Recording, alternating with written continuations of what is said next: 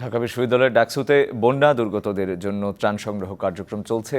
বিস্তারিত জানাতে সরাসরি যুক্ত হচ্ছেন সহকর্মী রায়হান কবির। রায়হান, আজকে ত্রাণের কি পরিস্থিতি দেখতে পাচ্ছেন এবং যারা ত্রাণ সংগ্রহ করছেন তারা কি বলছেন এবং কোনো ধরনের জটিলতা বা কোনো ধরনের অসুবিধা আছে কিনা?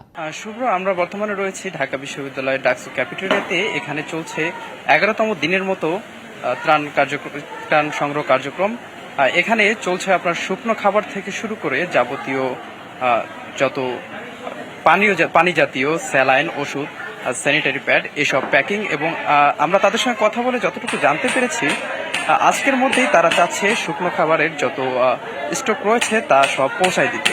কারণ আমরা অবগত আছি বন্যা পরিস্থিতি অনেকটাই উন্নত হয়েছে এবং মানুষের মধ্যে ভারী খাবারের যে চাহিদা, এই চাহিদাটা অনেকটাই বৃদ্ধি পেয়েছে। তাই তারা সিদ্ধান্ত গ্রহণ করেছে যে শুকনো খাবার যত যা রয়েছে তা আজকের মধ্যে শেষ করে ভারী খাবারের দিকে তারা ঝুঁকবে। এবং পরবর্তী পরিকল্পনা স্বরূপ তারা রেখেছেন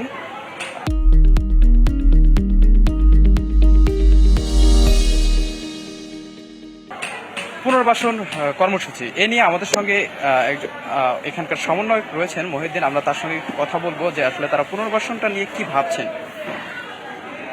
ধন্যবাদ। আপনারা জানেন যে গত 22 তারিখ থেকে হচ্ছে আমাদের বৈষম্য বিরোধী ছাত্র আন্দোলনের গণত্রাণ সংগ্রহ কর্মসূচি পালন করা হচ্ছে। তো এই কর্মসূচিতে ঢাকাবাসী সহ দেশের সর্বস্তরের জনগণ পজিটিভলি সাড়া দিয়েছেন, যে যার সাধ্য মতো হচ্ছে কন্ট্রিবিউট করেছেন। তো আপনারা দেখছেন যে আমরা পুনর্বাসনটা নিয়ে কি করতে চাচ্ছেন আপনারা? জি, এই দেখতেছেন যে হচ্ছে আমাদের যে বন্যা কবলিত অঞ্চল সেখানে পানি কমে যাচ্ছে। তো যে কারণে এতদিন আমরা যে শুকনো খাবার দিয়ে আসছিলাম সেই কর্মযোগ্য আমরা হচ্ছে বন্ধ করতে যাচ্ছি এবং বন্ধ করে হচ্ছে যে চাল ডাল সহ যে নিত্য প্রয়োজনীয় রান্না করার যে দ্রব্যাদি সেগুলোর দিকে আমরা ফোকাস করছি। আমরা গণরান্না কর্মসূচি সহ এই আপনারা কি পুনর্বাসনে সরকারের সাথে যে সমন্বয় করে পুনর্বাসনের যে টাকাটা উঠেছিল এই টাকাটা তাদের সঙ্গে সমন্বয় করে দেবেন, নাকি আপনারা নিজ অর্থায়নে পুনর্বাসনটা করবেন?